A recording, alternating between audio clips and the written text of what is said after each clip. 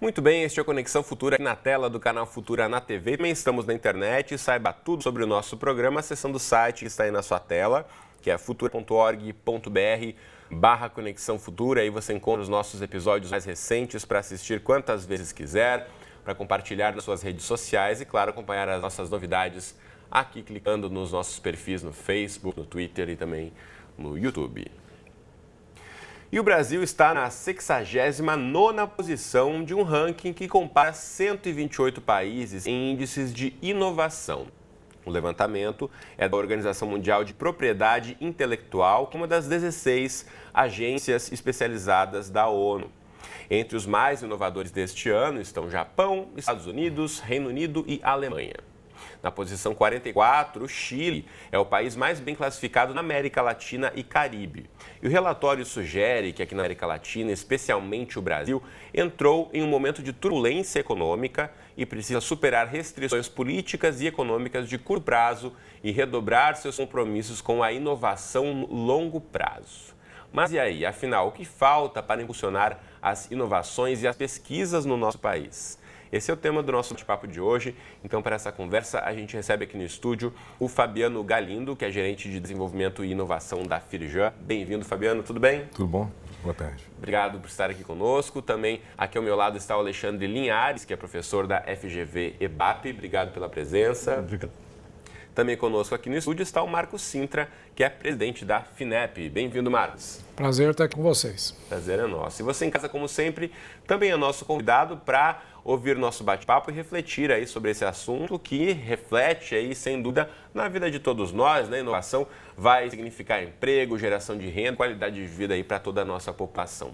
Quero começar ouvindo o Fabiano, representante da indústria aqui no estúdio. Fabiano, qual o principal desafio para a indústria brasileira em termos de inovação? Bom, vamos lá, né? A gente colocou muito bem na introdução de que há um ranking que busca entender como que a inovação se dá em diversos países.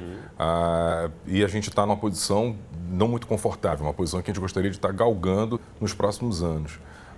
Esses países que estão na frente da gente, que se colocaram a partir de determinados indicadores como mais inovadores, eles vivem uma política de inovação de longo prazo, né? Estados Unidos, Japão, Reino Unido e Alemanha. Correto. Né? Que não é de hoje que tem uma tradição de inovação. Né? Que não é de hoje que tem uma tradição de inovação. Nós, brasileiros, temos êxito em determinadas áreas do desenvolvimento indústria, né?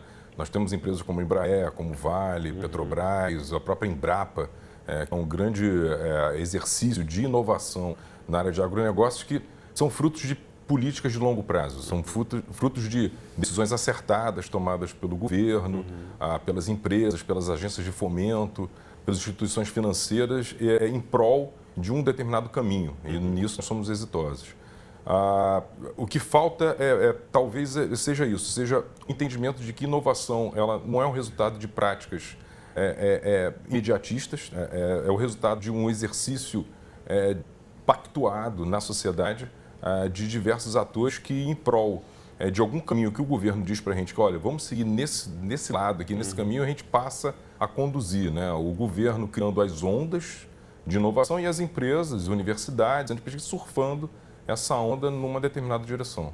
Sem dúvida. Falando em universidades, Alexandre, a gente sabe que a educação é um grande desafio nesse sentido, né? O investimento em educação, como bem disse o Fabiano, a médio e longo prazo pode reverter aí melhores posições nesse sentido, né? A gente pensando num país que já gerou Santos Dumont, né? Um dos maiores inventores aí de algo que a gente usa tanto, que é o avião, tão importante para a história. Agora a gente não vê tantas novas gerações ou de grandes criadores, inventores do Brasil como já houve no passado, né? Um dos problemas que eu vejo é que eu acho que a gente precisa ter uma certa mudança cultural. No sentido, por exemplo, o Brasil produz muitos trabalhos científicos em diversas áreas, em nanotecnologia, em material science, computação. A gente produz uma gama de áreas de ponta, a gente tem trabalhos de ponta, mas esses são trabalhos científicos, isso são no meio acadêmico, papers científicos que circulam nos journals científicos. Mas, quando a gente fala de propriedade intelectual, a gente está falando em grande parte de patentes, o Brasil publica muito pouco. A gente tem que ter uma mudança cultural. Essa mudança também tem aspectos, ela vai desde aspectos grandes que podem incluir política de incentivo dentro de universidades, até aspectos pequenos que são difíceis de mudar. Então, por exemplo, eu fico imaginando, eu acho que aqui no Brasil a gente tem uma cultura que dificulta bastante. Ela valoriza o sucesso do jogador de futebol, ela valoriza o sucesso de artistas, cantores, mas, por exemplo, se um professor universitário fizer uma patente, vender essa patente para o Google amanhã e ganhar dezenas de milhões de reais, ele provavelmente vai ter vários problemas dentro da universidade. Vai ter muita gente lá que vai ser contra. Sabe como? Vai ter diversos movimentos dentro da universidade. A gente não tem ainda aquela mentalidade de, por exemplo, universidades como Stanford. Em Stanford nasceu a Nike, nasceu o Google. Na Califórnia, nos Estados Unidos. Né? Exatamente. A Universidade Americana de Stanford nasceu a Nike, nasceu o Google, nasceu o Yahoo, nasceu a Hewlett Packard, nasceu o Instagram. Nasceu uma série. Exatamente. A Apple nasceu no entorno. Então nasceu uma série de empresas extremamente inovadoras e ao redor da universidade ou dentro da universidade. E hoje a gente ainda não tem essa cultura. Né? Pois é. Marcos Cintra, qual o papel do poder público nesse sentido, então, de fomentar e impulsionar esse espaço para a criação, para a inovação? Pois é, a inovação é um fenômeno extremamente complexo, né? E o que é muito importante é que a sociedade saiba que o motor propulsor do crescimento econômico e do desenvolvimento no futuro é tecnologia e inovação. Isso é o que vai moldar a característica do mundo. Nos próximos decênios, nós já vamos começar a ver modificação muito grande. E é um fenômeno muito complexo. Aqui foram mencionados alguns, né? Por exemplo, a questão cultural, a questão ambiental é muito importante. Nós temos instituições que fomentem a criatividade, que estimulem a criatividade, ou nós temos instituições que engessam aqueles que querem inovar, criar coisas novas. Eu diria que, provavelmente, a nossa cultura é inibidora deste tipo de comportamento. Dou outro exemplo. Pega um país como a Coreia. A Coreia, que é um grande país em termos de inovação, forma mais ou menos 2.000 engenheiros por milhão de habitantes. Nós formamos 250, 260. Ou seja, a nossa cultura está muito orientada ainda para as ciências humanas, ciências sociais, e muito pouco para a área científica propriamente dita, que é a origem, o embasamento da inovação, baseada na tecnologia, né? Existem outras dificuldades também. Então, passando agora, particularmente, por um momento muito difícil de ajuste fiscal. Inovação precisa também de dinheiro. E aí entra o papel do setor público. É muito interessante você verificar o seguinte: o Brasil, apesar de estar na 70ª posição em termos de inovação, está provavelmente entre os 12 países de maior produção científica, que é a base da inovação. Então, a pergunta, se nós estamos aí provavelmente no 10º lugar... Alexandre mencionava há pouco, né? Por que não se transforma isso em inovação na empresa, no setor produtivo? E aí você vê, o Brasil gasta mais ou menos 1,5% do PIB em ciência, tecnologia e inovação. Desses 1,5%, 1% ou 2/3 são dispêndios públicos e apenas 0,5% dispêndio privado. Vai nos Estados Unidos é o inverso. 1/3 é dispêndio público, 2/3 são suscitados, deflagrados, mobilizados através do gasto público pela iniciativa privada. E aí é que nós enfrentamos as grandes dificuldades. Aí é que está, por exemplo, o papel de uma FINEP, que é trazer recursos orientados não apenas para o conhecimento para a geração de conhecimento básico, mas também para a inserção, a interação com o setor privado, com o setor produtivo, para que a gente possa, com esse esforço grande que o país faz, gastando 1,5% do seu PIB em ciência e tecnologia, se transforme efetivamente em inovação, em geração de valor, em geração de emprego, através de novos produtos, novos processos, ganhando competitividade nos mercados internos e externos. Então, é um desafio muito complexo e que envolve não só instituições, mas também a cabeça das pessoas. Isso é que é importante que a sociedade saiba. Hoje em dia, o progresso depende quase que exclusivamente no avançar da nossa tecnologia, da nossa capacidade de inovar, na nossa criatividade. E não, como se imaginou antigamente, meramente em capital, em recursos naturais, isso é importante também. Mas é a criatividade que vai nos diferenciar e nos colocar à frente no processo de crescimento econômico e desenvolvimento. Bom, e a criatividade dizem que é uma das qualidades do brasileiro, né? Agora tem que tentar articular essa criatividade aí e estruturar um sistema com que essa roda gire, né? Você falou também em competitividade, saiu recentemente também um outro estudo que também coloca o Brasil numa posição não muito agradável, num ranking de competitividade. O Fórum Econômico avaliou 138 países, estamos na posição de número 81.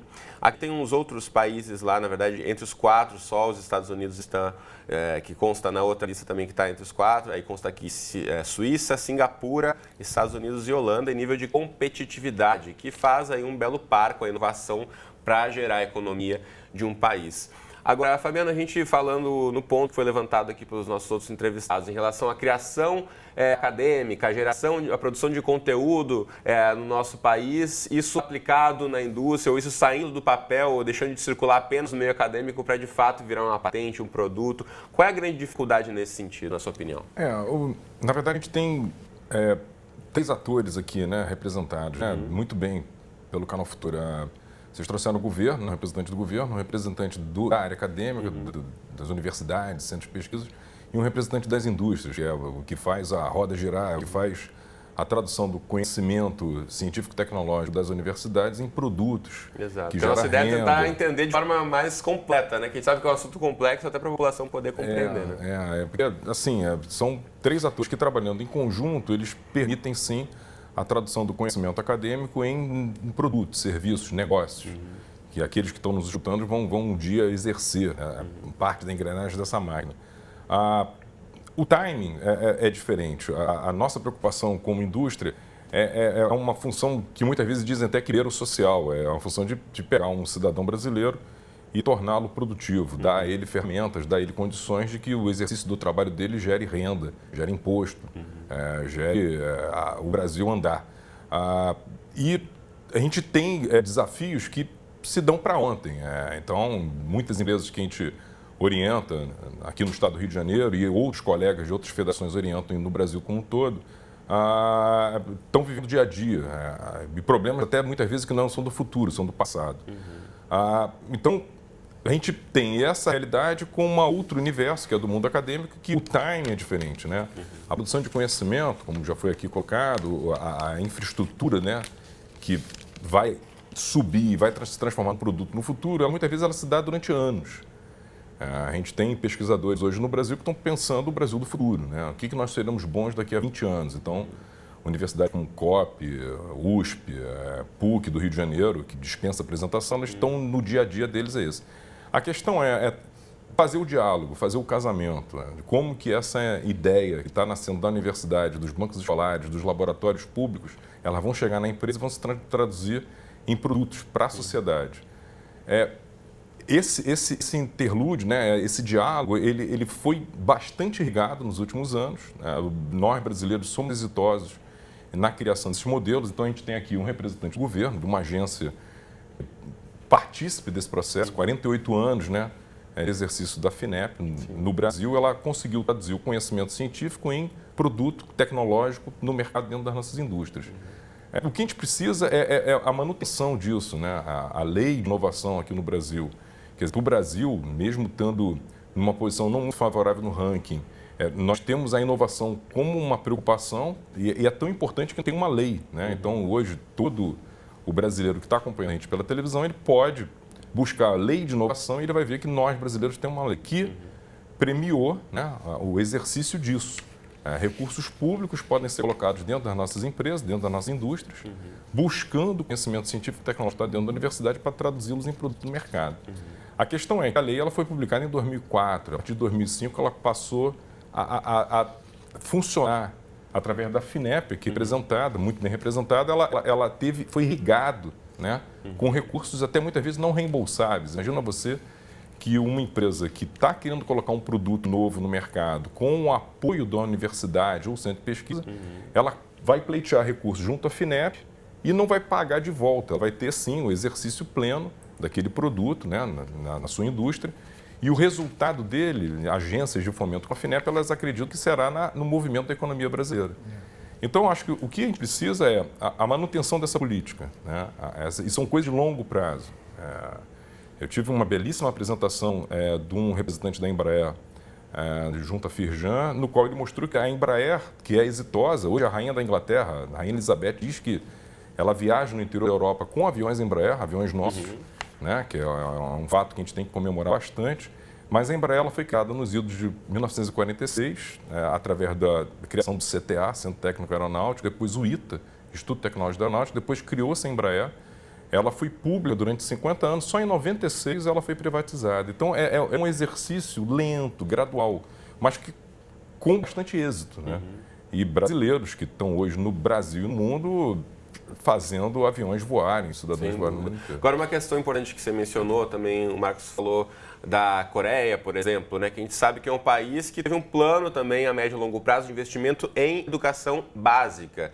Ninguém vai ser um grande inovador, um grande cientista, se não tiver uma boa formação inicial, o ensino fundamental não for bem realizado, o ensino médio, a gente sabe, falamos muito aqui no Conexão desses grandes desafios, né?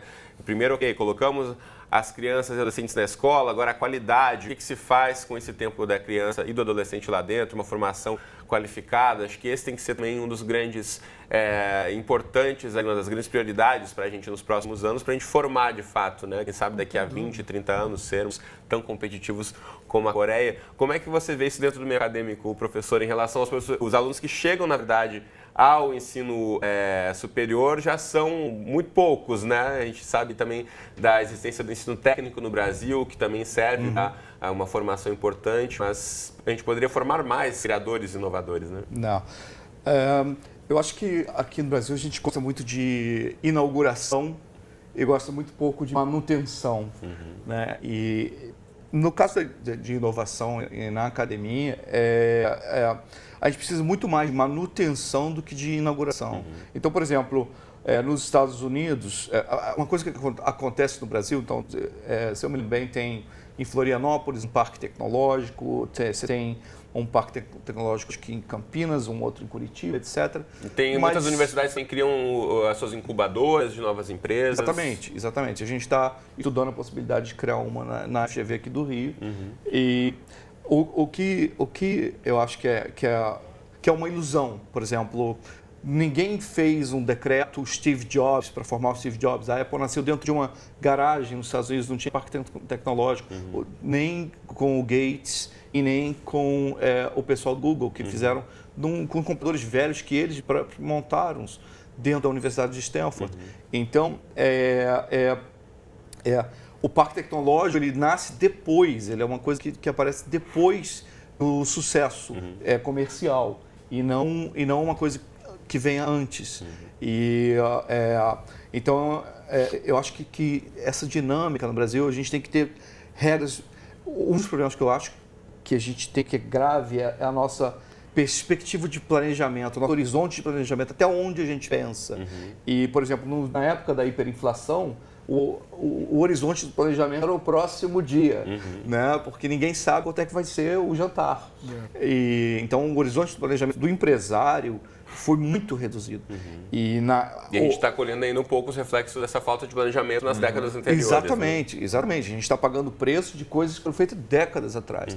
E agora, por exemplo, a gente tem a crise financeira que de novo volta a reduzir. Tem uma série de mudanças de regras repentinas que de novo vão reduzindo a capacidade de se planejar e você está mais respondendo a situações momentâneas e mudanças de regras do que efetivamente podendo virar e falar, eu vou investir em nanotecnologia e eu acho que daqui a 15 anos a gente tem um produto. Muito bem. Então deixa eu pontuar que o nosso programa voa o tempo, a gente está quase chegando na reta final e eu quero passar a palavra ao Marcos Sintra também, recém-assumido presidente da FINEP, também de que forma o poder público, frente a todos esses desafios que a gente está falando aqui, pode colaborar para a gente tentar fazer um planejamento mais efetivo a médio e longo prazo. Eu acho que foi muito bem colocado aqui por ambos, que a inovação, primeiro, é um processo, de certa forma, imprevisível, não é? Ele é muito difícil de ser planejado em detalhes, e são coisas que surgem Contudo, há necessidade de termos um ambiente que propicie aqueles que eventualmente tenham habilidades e os meios de inovar. E há muita gente com essas condições que se sente asfixiada e impossibilitada de desenvolver o seu potencial se institucionalmente não se cria um ambiente favorável a isso. Eu dou exemplos. Não é? Por exemplo, inovação implica risco. Risco. Isso é inerente ao processo de inovação. Todos os grandes inovadores do mundo testaram uma vez, tentaram, fracassaram, depois tentam de novo, motivo de falharam. chacota pelos colegas e não desistiram e foram lá tentar de novo. Aqui no Brasil, alguém que fracassa não consegue um segundo crédito. Porque vão olhar o credit rating dele e vão falar, olha, é péssimo, já perdeu todo o dinheiro, não consegue mais uma segunda oportunidade. Nos Estados Unidos, não. Financiam novamente, pede-se lá as garantias adequadas até que, eventualmente, ele acerte.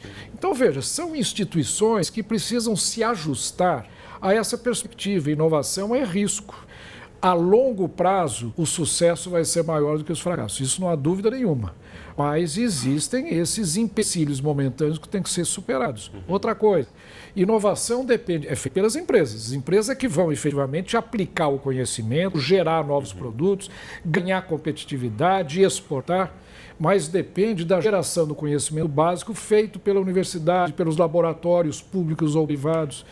Hoje nós temos instituições que tornam muito difícil para um pesquisador do setor público auferir ganhos e benefícios pessoais em função de patentes que ele gera com o seu próprio conhecimento. Por ele ser funcionário público, aquilo tem que ser internalizado pelo Estado e não pelo pesquisador. Isso desestimula. Já gera mais uma burocracia, um empecilho. Então, eu sou um institucionalista. Eu acho que o grande papel do setor público hoje, o grande desafio que nós temos que enfrentar é criar instituições que sejam compatíveis com esse mundo moderno que nós estamos vislumbrando aqui, onde a criatividade, a flexibilidade, a inovação, a imprevisibilidade e o risco sejam valorizados, ao invés de nós termos aquelas coisas previstas, contempladas na lei, dentro de uma formalidade, de uma burocracia que asfixia aquele que tenta inovar. Então, de certa forma, eu acho que esse é o grande desafio hoje, é um desafio institucional e a população precisa perceber isso. Né? Não exigir, por exemplo, de uma empresa que se dedica a atividades inovadoras o mesmo grau de exigência, o mesmo grau de conformidade a regras que se exige, por exemplo, de uma produtora de um produto alimentar qualquer, que já está numa rotina de produção com tecnologia já conhecida, que é meramente uma atividade manufatureira de rotina e não inovadora. Importante esse ponto também. A gente já está quase chegando na reta final, mas eu sempre gosto de levar você de casa também dicas na internet para buscar um pouco mais de referenciais sobre o que a gente discutiu aqui. Deixa eu mostrar os sites, então, que a gente tem aqui representando os nossos convidados de hoje. Primeiramente, o site da FGV EBAP. Você pode acessar a partir de fgv.br, encontrar facilmente o site da EBAP também, está aí para você. Ainda o site do sistema Firjan, que incentiva uma série de iniciativas aqui na indústria, no Rio de Janeiro. Você pode colocar o firjan.com.br, que é o próximo site que vai entrar aí para você na tela. Firjan.org.br. .org também, aqui. Ou .com.org, os dois entram direto aí no site. Você pode então procurar o site da Firjan.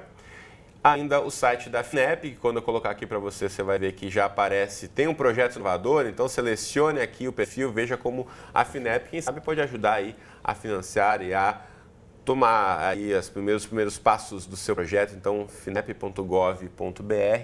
E lembrando, o primeiro estudo que eu mencionei aqui está no site da ONU no Brasil, também naçõesunidas.org. Você pode ter na íntegra esse levantamento que eu abri o programa mencionando sobre China aí entre os líderes mundiais em inovação.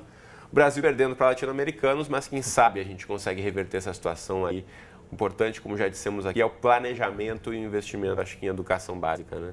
Infelizmente, o nosso tempo acabou aqui, a gente começou a dar uma pincelada no assunto, mas o importante é relevar a reflexão para você que está por aí, que o papo não acabe por aqui, leve esse assunto aí na sua roda de amigos, familiares, na escola, também na universidade. Obrigado aos três pela presença, é um prazer conversar com vocês. Valeu. Você de casa, obrigado pela companhia. Não esqueça a conexão no ar aqui de segunda a sexta na tela do Futura ou qualquer hora do dia e da noite. Temos um encontro marcado no nosso site. Horários e endereços, tudo aqui embaixo. Um abraço e até a próxima.